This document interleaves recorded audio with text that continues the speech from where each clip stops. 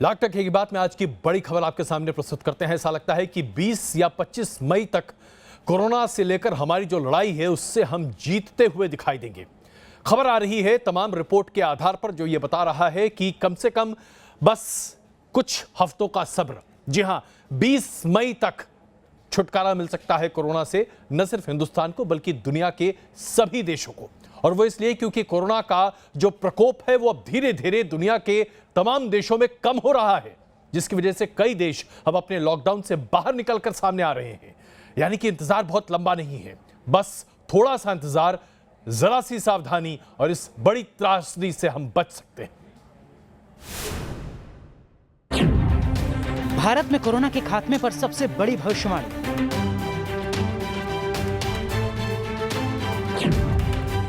20 मई तक भारत में खत्म हो जाएगा कोरोना का कहर।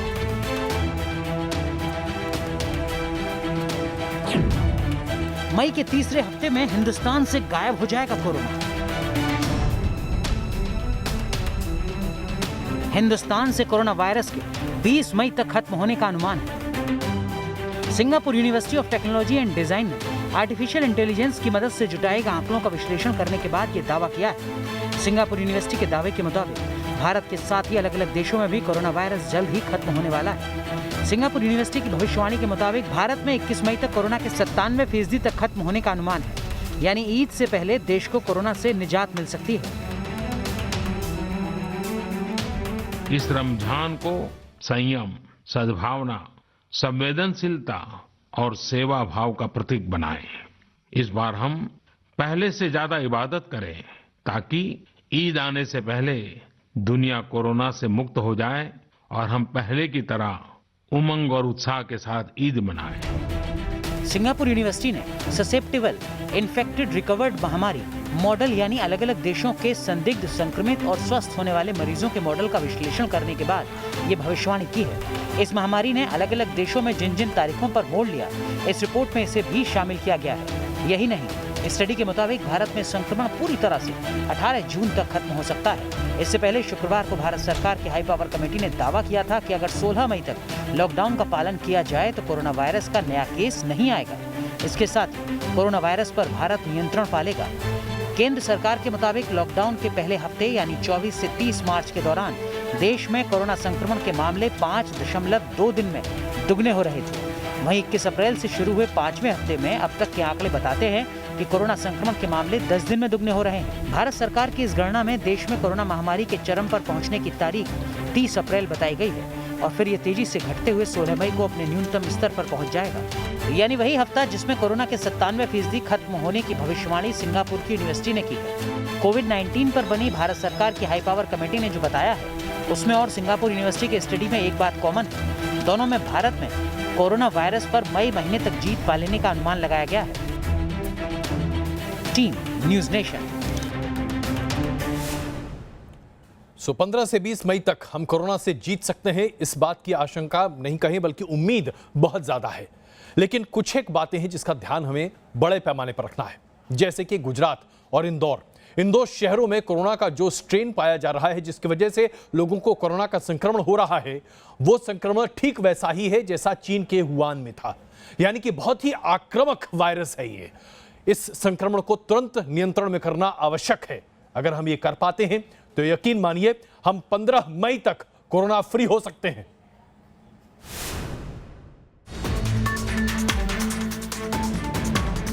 ये लैब में बनाया गया वो कोरोना वायरस है जो वुहान से निकलकर पूरी दुनिया में कहर बरपा चुका है। ऑस्ट्रेलिया के एक लैब में कल्चर के जरिए घातक कोरोना वायरस को तैयार किया गया है।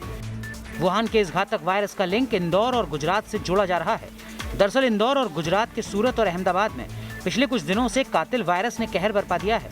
विशेषज्ञों के मुताबिक इंदौर और गुजरात में मौत के बढ़ते आंकड़ों की वजह कोरोना का एल स्ट्रेन वायरस हो सकता है।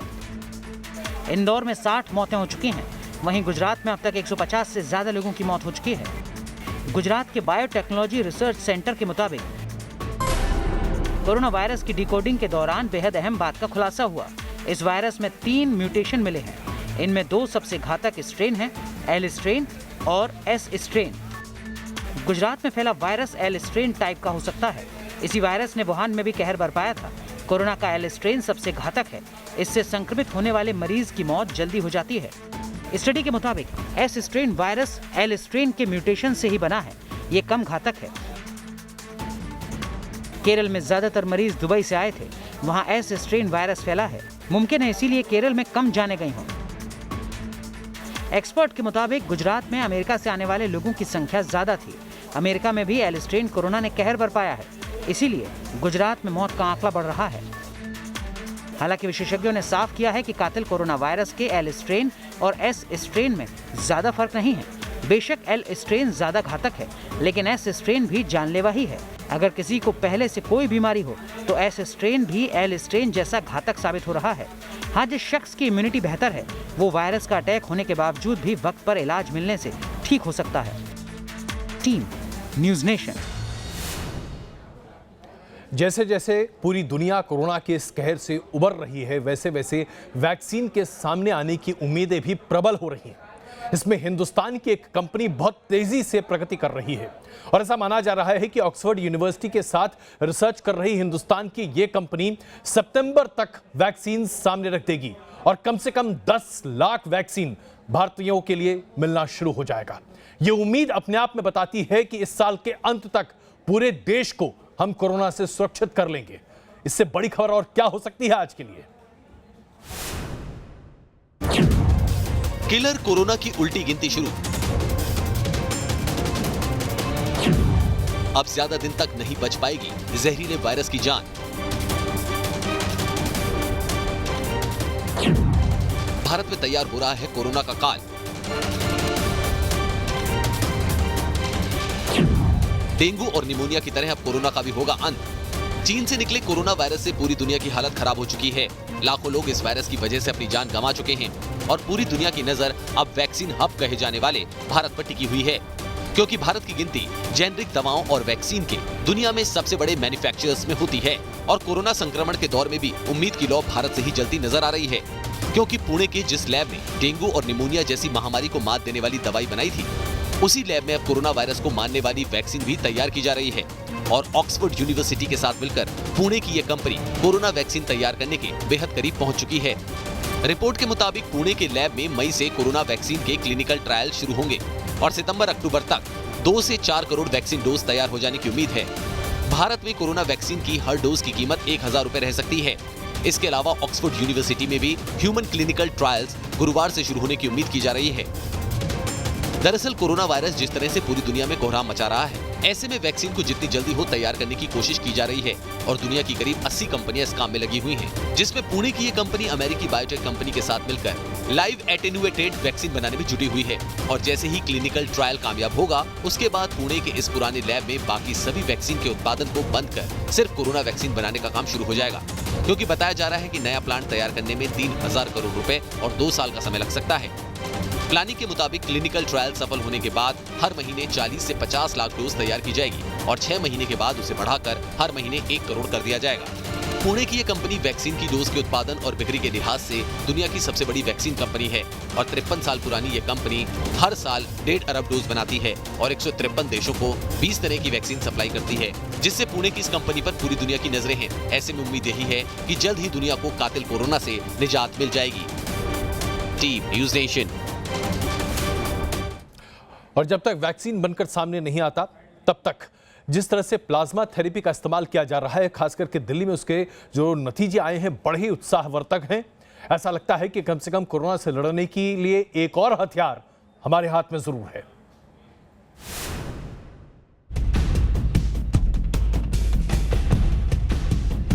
कोरोना के खिलाफ महाजंग में सबसे कारगर हथियार नजर आ रहा है plasma therapy. Plasma antibody therapy के जरिए दिल्ली के मरीज ने जीती कोरोना की जंग। देश के बाकी राज्यों में भी शुरू हुआ प्लाज्मा थेरेपी से संक्रमित मरीजों का इलाज। कोरोना वायरस से पूरी दुनिया त्राहिमाम कर रही है। कोरोना से हर रोज हजारों जानें जा रही हैं। वहीं भारत में भी संक्रमण का आंकड़ा 28,000 के पार पहुंच चुका है और अब तक कोई वैक्सीन नहीं होने की वजह से कोरोना को काबू करना मुश्किल हो रहा है। ऐसे में कोरोना संक्रमित मरीजों के इलाज के लिए प्लाज्मा थेरेपी उम्मीद की ऐसी किरण दिख रही है, जिससे कोरोना वायरस पर जीत हासिल की जा सकती है। दुनिया के कई देशों में इसका प्रयोग चल रहा है और भारत में भी प्लाज्मा थेरेपी के सकारात्मक नतीजे आने शुरू हो गए हैं। प्लाज्मा थेरेपी से दिल्ली में एक संक्रमित मरीज को ठीक किया गया। दिल्ली के LNJP अस्पताल में 4 मरीजों पर किया गया था ट्रायल। हमने पिछले कुछ दिनों के अंदर 4 मरीजों पे ट्रायल करके, LNJP के 4 मरीजों पे ट्रायल करके देखा। उसके अभी तक के नतीजे उत्साहवर्धक हैं, अच्छे हैं। दिल्ली के अलावा केरल में भी प्लाज्मा थेरेपी के जरिए कोरोना संक्रमित मरीजों का इलाज किया जा रहा है। तो यूपी के कोरोना संक्रमित मरीजों पर भी प्लाज्मा थेरेपी का प्रयोग शुरू हो चुका है। लखनऊ में KGMU में प्लाज्मा थेरेपी का रिजल्ट भी धीरे धीरे दिखने लगा है। 58 साल के एक ऐसे व्यक्ति को जो वेंटिलेटर पर था, उसे प्लाज्मा थेरेपी दी गई है। कोरोना पॉजिटिव ये मरीज काफ़ी दिनों से लगातार इसका स्वास्थ्य गिरता जा रहा था, जिसके बाद डॉक्टरों ने यह फैसला लिया कि इसे प्लाज्मा थेरेपी दी जाएगी। कल इसे प्लाज्मा थेरेपी दी गई और अब धीरे धीरे इसमें सुधार आ रहा है। डॉक्टरों का यह दावा है कि वेंटिलेटर सपोर्ट को भी अब धीरे धीरे कम किया जा रहा है।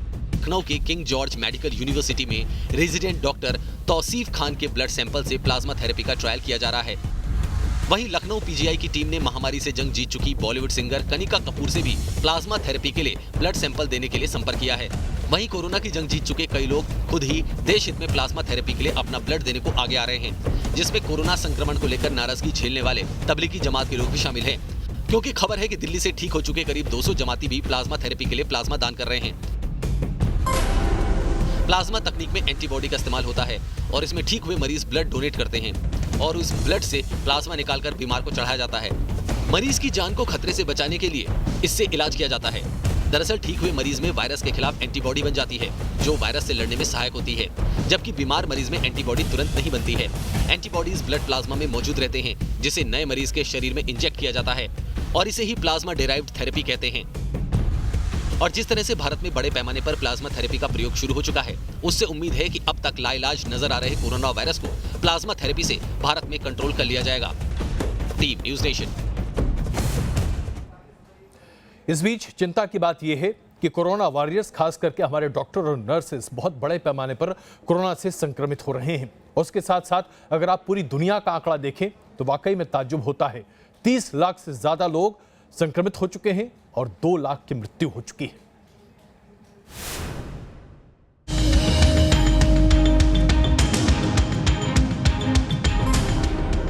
दुनिया भर में 30 लाख के पार हुआ कोरोना संक्रमण का मामला।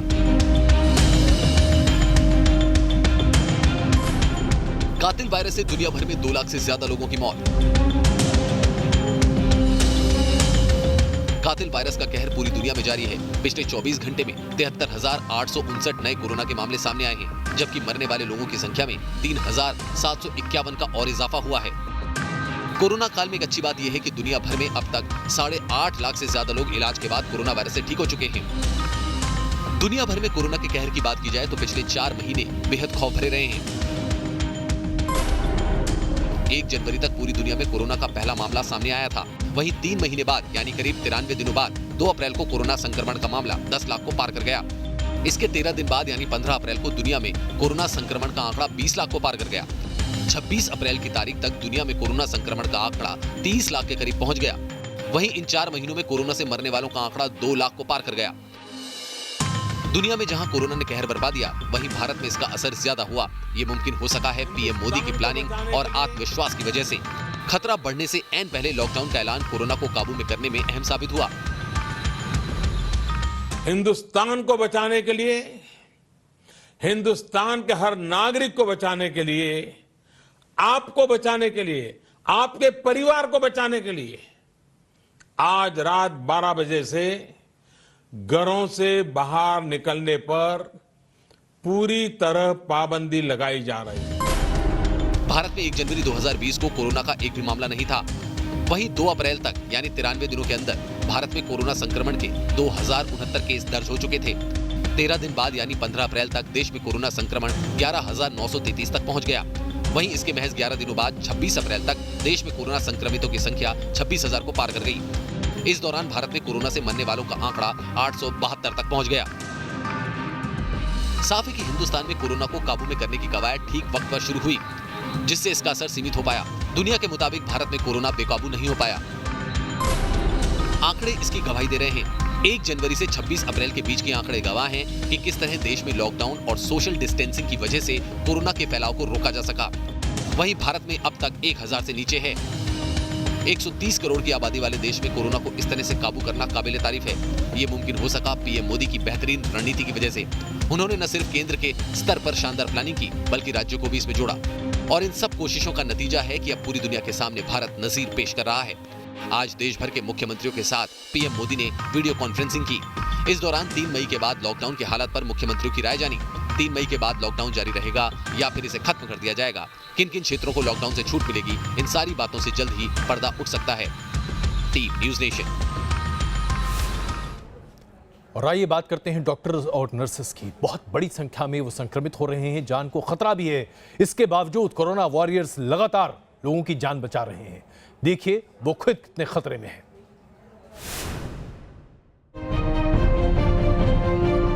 देश में कोरोना के खिलाफ जंग में कोरोना कर्मवीरों का हौसला लोगों के लिए उम्मीद की किरण बना हुआ है। लेकिन यही डॉक्टर और मेडिकल स्टाफ यानी कोरोना के फ्रंटलाइन वॉरियर्स घातक वायरस के शिकार बनते जा रहे हैं। कोरोना से सबसे ज्यादा प्रभावित सूबे महाराष्ट्र में कोरोना वॉरियर्स सबसे ज्यादा खतरे में दिख रहे हैं। मुंबई में कोरोना वायरस की दहशत देखी जा रही है। यहाँ के एशियन हार्ट इंस्टीट्यूट में 31 मेडिकल स्टाफ कोरोना पॉजिटिव पाया गया, जिसके बाद अस्पताल को सील कर दिया गया।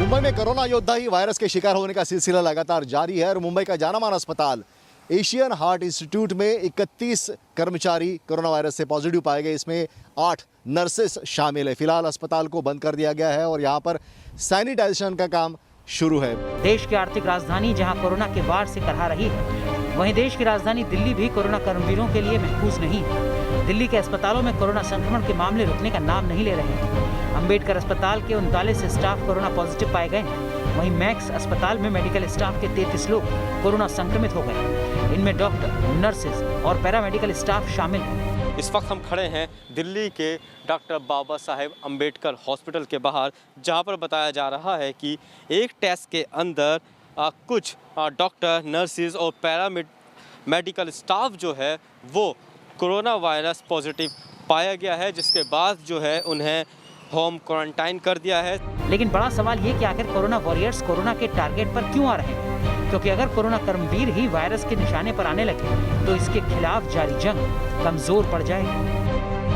Team news nation. और आइए अब आपको दिखाते हैं किस तरह से पंजाब पुलिस ने अपने एसआई का सम्मान किया है। मैं भी हरजीत कैंपेन। जी हाँ, याद कीजिए वो दिन जब निहंगों को बीच रास्ते में रोकने के लिए अपनी ड्यूटी करते हुए एक सिपाही ने, या यूं कहें कि एक एसआई ने अपने हाथ भी कटवा दिए। इसलिए आज उन्हें हर कोई गर्व से कह रहा है, मैं भी हरजीत।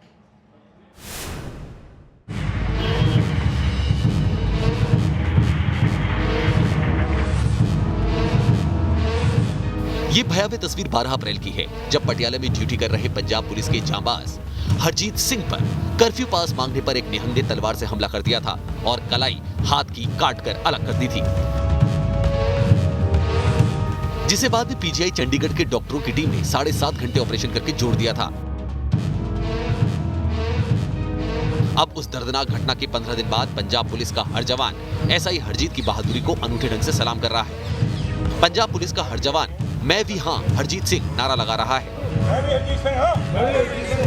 पंजाब के 80,000 पुलिस जवानों के सीने पर हरजीत सिंह के नाम का बैच दिख रहा है। एसएस नगर मोहाली, मैं भी हरजीत सिंह हां। पंजाब पुलिस के इस कैंपेन का नाम है मैं भी हरजीत, जिसे कोरोना वॉरियर्स का हौसला बढ़ाने के लिए शुरू किया गया है और इसकी अगुवाई खुद डीजीपी दिनकर गुप्ता ने की है।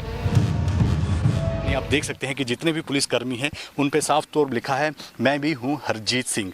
कि इस तरह की कैंपेन जो है पूरे पंजाब भर में चलाई जा रही है और पंजाब के मोहाली में ये काम जो है यहाँ से शुरू किया गया है। आप ये देख सकते हैं कि कितने सारे पुलिस के जवान जो हैं यहाँ पर हैं और यहाँ पर ये कैंपेन चलाई जा रही है। हमारे साथ हरजीत सिंह लेकर जो है कैंपेन चलाई जा रही है। क्या कैंपेन है ये? स्कूटरी में गए, हम सभी उनके साथ हैं।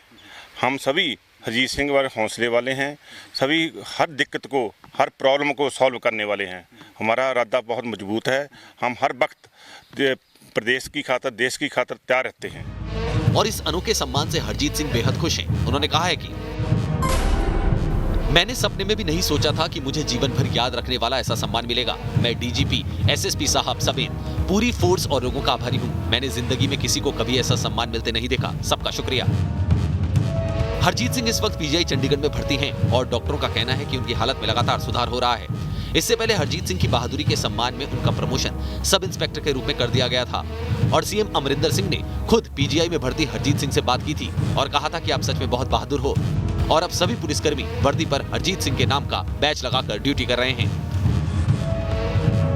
निहंगों के हमले में हरजीत सिंह के अलावा उनकी टीम के कुछ और जवान भी घायल हो गए थे और पंजाब सरकार ने 3 और पुलिसकर्मियों को डीजीपी मेडल से सम्मानित करने का ऐलान किया है। वहीं पंजाब पुलिस ने इस हमले के सिलसिले में एक महिला सहित 11 लोगों को गिरफ्तार कर लिया था। Team news nation.